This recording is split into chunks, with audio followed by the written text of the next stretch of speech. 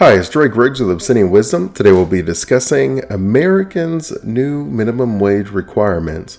So there was a report that came out today and it talked about Americans wanting a minimum wage of $73,000.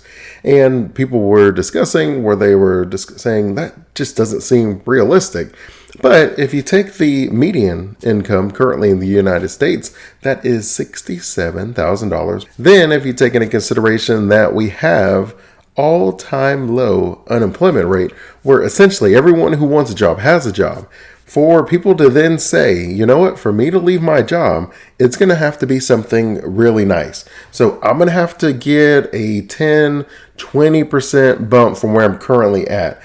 I don't think there's really any news there. If you were at a good job that you enjoyed, the team that you worked with, the people that you engaged with, and the only thing that would get you to leave is title, advancement, or pay, then you're going to say, you know what, if I'm around $65,000, then I would expect to get a bump up to like 70, 75, 80. If you got that bump, then you would say, you know what, even though I'm enjoying almost everything about my current situation, I think that I can't miss this opportunity. Now, granted, we're not just selling ourselves in the sense that if you offer me the right amount of money, I'm going to come over to even the worst of situations. I don't really think that that makes sense long term. Now, short term, a lot of people think, you know what, I can put up with this for a year and get this money, and then I'll set myself up to find my next adventure. But because our full employment market is also tied to record high inflations, people are starting to notice that the market is showing some cracks, some fissures, where different companies are laying off thousands of people. They're furloughing hundreds of people to the point that you don't want to risk going to a new place and essentially starting over where your brand is back to zero, where you have to rebuild your brand, rebuild your relationships and connections, and reestablish your value so that when a company does decide to lay someone off, that it won't be you. So there's lots of things that go into considering anytime we are deciding if I want to leave the job that I'm at. In addition, a lot of the times our 401ks and matches and profit sharings and different things, they have a vested period. And by vested, I mean there's a certain amount of years that we have to continue to be employed before we're even allowed to be able to take the money that we have. So what that means is if your company offers vesting after 5 years, but you have to stay at the company for 5 years, then every year some companies will give you 20% of the money that they've been matching where that's now vested. So if you were to leave after the first year, 20% of the money that the company gave you in the match or the profit sharing, you get to keep that in your retirement plan. But if you leave, then the other 80% goes back to the company and they keep it. And so people have to decide, does it make sense for me to leave? Because I also get my raise, and that happens every year. And then with my raise comes my bonuses, and then the back pay. Companies have gotten very good about making sure that it's costly if we decide to leave, where they may tell us in January if we were able to get the raise, but the raise doesn't come until May or June, where the year is halfway gone. And then when you're halfway gone, what are you thinking? You're thinking, well, I'm halfway into the next year, so maybe I should just stay to the next January. And by spreading it out, companies know that we are losing out on some of the money that is available. And so when you are deciding when you want to leave, well, of course, people are going to say, I need to get a 20% bump because I'm leaving a lot of money on the table at my current position. And I am aware of that. I've calculated that in. And maybe there are some things that you're getting with the advancement and the title or different things like that. Maybe it's closer to your house, or maybe the flexibility and the schedule is a little bit better. But when you measure everything out, that's always where you want to make the best decision. That's why we do comprehensive financial planning at Obsidian Wisdom. It really doesn't make sense to just look at any one decision in a silo. Sure, if I'm just comparing salary, or I'm just comparing benefits, or I'm just comparing the distance from my work, then I would make a different decision. But when I compare everything, the things that I'm giving at my current employment, the risks that I'm taking in my new employment, then it makes the decision a little bit more difficult for us.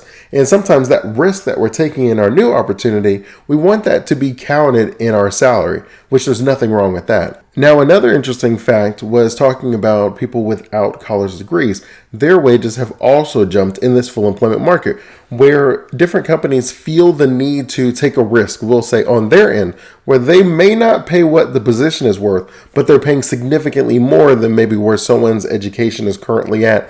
And that bump is helping them, where we're seeing about a 23% jump in wages for people without a college degree. On the other hand, women are only asking for about $59,000 for them to go to their new opportunity. Now, an alarming aspect of the data is the wages that women have been asking for has actually decreased to $59,000. Now, some things that could be driving that is the industries that the women are generally being pigeonholed into as far as opportunities go. They're using industries such as healthcare, teaching, and childcare, where they're not given the same opportunities for the higher income paying jobs, and they end up having to take the lower income paying jobs. Now, women have done everything they can to try to close this wage gap. You will see in the numbers that the women are represented more in college than men now, where about 57% of college participants are women. Women are also spending more time getting different certifications and increasing their skill set. Unfortunately, women are still being overlooked for these opportunities, and when they are given them, they are often paid less than their male counterparts who have done the same work in the same position with the same amount of skill set. Now, on the positive end, household incomes, as far as being led by women, that makes up about half of all the households. That has been increasing. Where women are making more, they're just not making a comparable amount to the amount that a male would make for that same position. Women also, as far as homeownership, that has increased, where women are signing for the mortgages, getting their homes, living their dream life. But at the same time, it would be a mistake to look at the number and say, well, look, they have more homeownership, they have more education, and they're doing well, and things are going good for them. But when you look at the comparison from the position and the income that we're making, that is where the number is the most alarming. It's not that they're not making money, it's that they're not making the comparable amount of money for the work that they are doing compared to a male who would be doing the same work. So when you really take a step back and you look at the $73,000, on the one end, you want to say, oh, these are the participation trophy generation kids, and they just want to be paid to do nothing, and they want to make all this money right out of college, and et cetera, et cetera, et cetera. But when you take a step back and you see that the median income of someone with a college degree is $67,000, when you see that people are in different positions and we're near full employment, what do you think a company is going to have to do to pull someone out of the job that they currently have? Most people who just didn't want their job and were ready to go, they've already left, and they've had many opportunities to leave. But the people who have stayed at their job, they're not as interested in leaving. They'll leave for the right situation. Whether that situation is an increase in their income, or whether that situation is driven by the fact that they have more flexibility in their work, or whatever it is that they're looking for with healthcare, or the advancement in position, whatever the reasons that they would be drawn away from the other position, it has to be something that's even better, because they don't feel their current situation is a bad situation. So from my perspective, $73,000 is not all that surprising. Realistically, the number is going to continue going up as long as we maintain full unemployment, because there are hundreds of thousands of jobs that are created every single month, and there are still hundreds of thousands of seats still empty where they're looking for the next talent to start filling those seats. And when you're competing at that level, you have to find the way to sweeten the pot to be able to draw the best talent, because everybody isn't interested in working for a name brand company. People are starting to get to a place where they want to have a balance in their life, where the place that they're working at understands that balance that they're seeking, and they're able to meet them halfway. If you like the video, I ask you to like and subscribe, and feel free to check out other Wisdometric videos if you're looking for ways to eradicate financial stress, generate passive income, and build a prosperous retirement strategy.